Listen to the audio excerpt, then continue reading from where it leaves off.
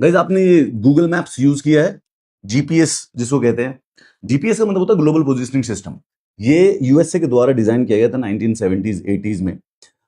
मतलब phenomenal technology है। होता क्या है कि आकाश में मल्टीपल सैटेलाइट्स छोड़ देते हैं और उसके बाद जो हमारे फोन में रिसीवर होता है वो उसको कनेक्ट कर लेती है हमारे फोन के एग्जैक्ट जीपीएस लोकेशन को लोकेट करने के लिए। अब एक लोकेशन को लोकेट करने के लिए टोटल 4 सैटेलाइट लगती है और ये सिस्टम पहले सिर्फ और सिर्फ यूनाइटेड स्टेट्स ऑफ अमेरिका के पास था। 1999 में जब कारगिल वॉर हो रही थी तो हमें एग्जैक्ट प्रिसाइज जीपीएस डेटा की जरूरत पड़ी और उस समय यूएसए ने उस क्रिटिकल कॉन्फ्लिक्ट के अंदर वो डेटा देने से मना कर दिया।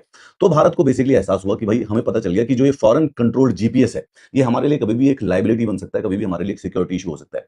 तो इंडिया ने प्लान किया कि हम अपना खुद का एक जीपीएस सिस्टम बनाएंगे। पूरे के पूरे वर्ल्ड के लिए नहीं बनाना है हमें। यूएसए ने, चाइना ने और यूरोप ने पूरे के पूरे वर्ल्ड के लिए बना रखा। जैसे यूएसए के सिस्टम का नाम जीपीएस है, चाइना के सिस्टम का नाम बीडू है और यूरोप के सिस्टम का नाम गलीलियो है।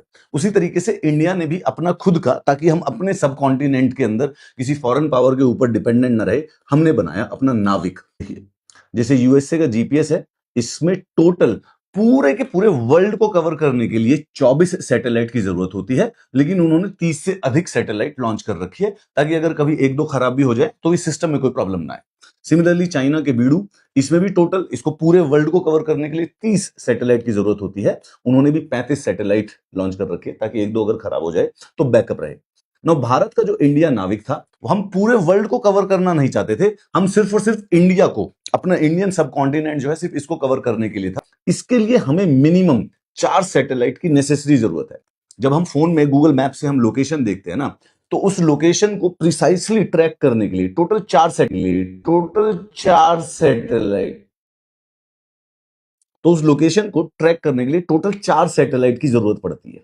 और अभी अभी हमारी इंडियन नाविक सिस्टम की जो एक सैटेलाइट है वो कंप्लीटली खराब हो गई है, तो अब हमारे पास सिर्फ और सिर्फ 3 सैटेलाइट है।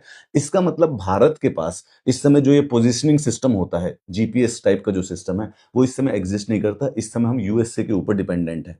किसी भी फोन की या किसी की जीपीएस लोकेशन पता करने के लिए टोटल 4 सैटेलाइट की जरूरत पड़ती है। एक लैटिट्यूड बताने के लिए, एक ऑल्टीट्यूड बताने के लिए, एक लॉन्जिट्यूड बताने के लिए। और क्योंकि वो सैटेलाइट आकाश में 300-400 किलोमीटर दूर है, तो वो लाइट की स्पीड से भी सिग्नल भेजती है ना, तो भी जब तक सिग्नल पहुंचता है तो 1-2 नैनो सेकंड का फर्क आ जाता है।